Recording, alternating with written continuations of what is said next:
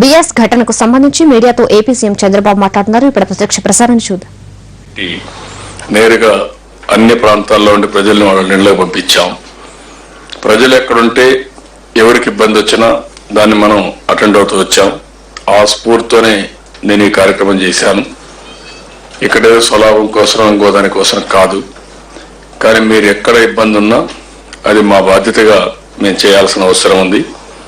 దీనికి మనస్ఫూర్తిగా నా బాధ్యత నేను చేశాను తప్ప ఇంకోటి కాదని చెప్పి కూడా నేను మీకు తెలియజేసుకుంటూ, ఈరోజు యునైటెడ్ కింగ్డమ్ ఉంది. అక్కడ ఎవరైనా కాలేజీ నుంచి స్టూడెంట్స్ పంపిస్తే ఎలాంటి జాగ్రత్తలు తీసుకోవాలి, మేనేజ్మెంట్ ఎలాంటి జాగ్రత్తలు తీసుకోవాలి, అదే మరిగా సేఫ్టీకి ఎట్లా ప్రాధాన్యత ఇవ్వాలి అన్ని కూడా ఒక మాన్యువల్ తయారు చేశారు వాళ్ళు. ఆ మాన్యువల్ ప్రకారం ప్రతి ఒక్కరూ ఫాలో కావాల్సిన అవసరం ఉంది. దానికి అంత జాగ్రత్తలు తీసుకుని తర్వాతనే పిల్లలు తీసుకెళ్తారు.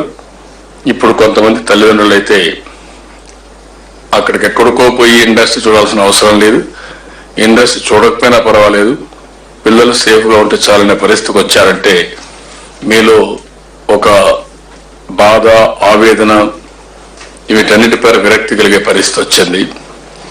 ఇవి చూసిన తర్వాత మళ్ళీ చాలా మంది ఇప్పుడు మాట్లాడినప్పుడు కొంతమంది అయితే మా పిల్లలైతే పోయారు కానీ వేరే పిల్లలకు జరగకుండా చేయాలి అనే విధంగా కూడా మీరు మాట్లాడడం జరిగింది. నేను అందుకని ఆలోచించాను, ఆంధ్రప్రదేశ్ రాష్ట్రంలో మళ్ళా ఇలాంటివి ఎక్కడా జరగకుండా చూడడం కోసం ఒక 3 మెంబర్ కమిటీ వేసి ఇలాంటి ఎక్స్క్రేషన్స్ తీసేపోయేటప్పుడు ఎలాంటి జాగ్రత్తలు తీసుకోవాలన్నా ఒక మాన్యువల్ తయారు చేస్తాం.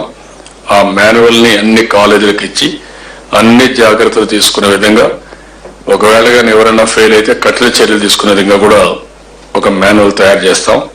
దాన్ని ఒక 2-3 నెలల్లో రిపోర్ట్ ఇమ్మని దాన్ని అమలు చేస్తామని చెప్పి నేను మీకు తెలియజేసుకుంటూ, అదే మరిగా ఎవరైతే పిల్లలు చనిపోయారో చాలా బాధ కలుగుతుంది.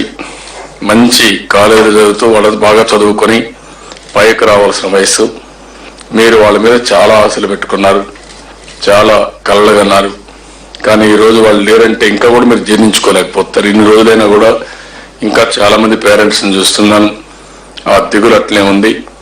ఓసారి మనం నిమిత్త మాత్రం ఆ విషయం కూడా మనం గుర్తుపెట్టుకోవాల్సిన అవసరం ఉంది.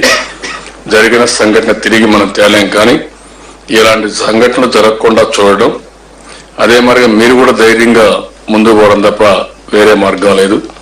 భగవంతుడు ఆ శక్తి మీకు ఇవ్వాలని మనస్ఫూర్తిగా ఆశిస్తూ మీకు నా ప్రగాఢ సానుభూతి తెలియజేసుకుంటూ, ఎవరైతే చనిపోయారో ఆ పిల్లల ఆత్మకు శాంతి కలగాలని భగవంతుని ప్రార్థిస్తూ మనందరం కూడా ఒక 2 నిమిషాలు మౌనం పాటించి వారి ఆత్మకు శాంతి కలగాలని కోరుకుందాం.